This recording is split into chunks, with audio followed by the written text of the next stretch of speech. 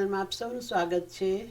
તો આજે આપણે થોડુંક ગ્રામર શીખીશું ગુજરાતીનું કે જેના અંદર આપણે ગુજરાતી પ્રેઝન્ટ ટેન્સ સેન્ટેન્સનાથી આપણે પાસ્ટ ટેન્સ બનાવીશું।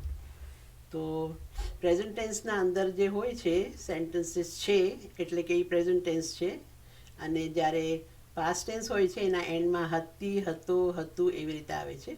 અને એનો રૂલ શું છે ચેન્જ કરવા માટે પાસ્ટ ટેન્સમાં વર્બ પ્લસ તો હતો, યા વર્બ પ્લસ તી હતી, યા વર્બ પ્લસ પ્લુરલ હોય તો તા હતા।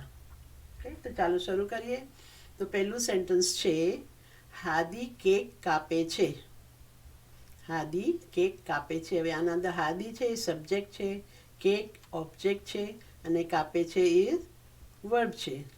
હવે આના અંદર આપણે શું કરવાનું છે, સબ્જેક્ટ અને ઓબ્જેક્ટ સેમ રહે છે, ખાલી કાપે છે આપણે ચેન્જ કરવાનું છે ટુ ધ પાસ્ટ ટેન્સ, પ્રેઝન્ટથી પાસ્ટ। તો આવશે સેન્ટેન્સનો જવાબ હાદી કેક કાપતો હતો। સમજ પડી?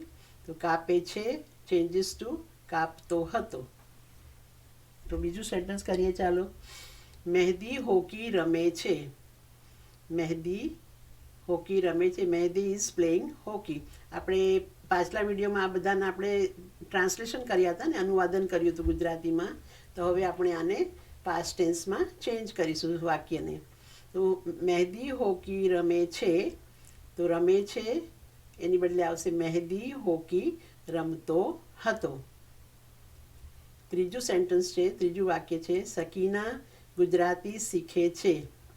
સકીના ગુજરાતી શીખે છે, શીખે છે ને આપણે ચેન્જ કરશું સકીના ગુજરાતી શીખતી હતી। અહીંયા કેમ શીખતો હતો નહીં આવ્યું, શીખતી હતી, કારણ કે સકીના ફેમિનાઇનમાં જાય છે, છોકરી છે એટલે। અહીંયા મહેદી અને હાદી જે હતા એ મેસ્ક્યુલાઇનમાં હતા, છોકરા હતા, છોકરાનું નામ છે એટલે। ઓકે, તો ઇટ ડિપેન્ડ્સ કે સબ્જેક્ટ શું છે એના ઉપર આપણે ચેન્જ કરી શકીએ છીએ। તો સકીના ગુજરાતી શીખે છે એનું થઈ જશે સકીના ગુજરાતી શીખતી હતી। નેક્સ્ટ નંબર 4 છે સારા ચોપડી વાંચે છે। હવે સારા કોણ છે, ફેમિનાઇનમાં જશે ને, છોકરી છે એટલે। તો સારા ચોપડી વાંચે છે, બદલી થશે એનું સેન્ટેન્સ સારા ચોપડી વાંચતી હતી। સમજ પડી?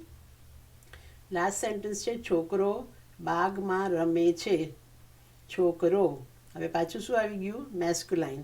તો છોકરો બાગમાં રમે છે એનું થશે છોકરો બાગમાં રમતો હતો। સમજ પડી કે કેવી રીતે ચેન્જ થાય છે? તો આપણે હમણાં મેસ્ક્યુલાઇન અને ફેમિનાઇનના શબ્દો સબ્જેક્ટ ઉપરથી ચેન્જ કર્યા છે, પછી આપણે પ્લુરલ અને બીજા ચેન્જ કરીશું। તો નેક્સ્ટ વિડીયોમાં આપણે બીજા 5 સેન્ટેન્સ કરીશું, જેનાથી આપણને બિલકુલ ગ્રામર સમજ આવી જાય કે વર્બ પ્લસ કેવી રીતે કરવાનું છે। ઓકે, તો ફરી મળીશું બીજા વિડીયો સાથે।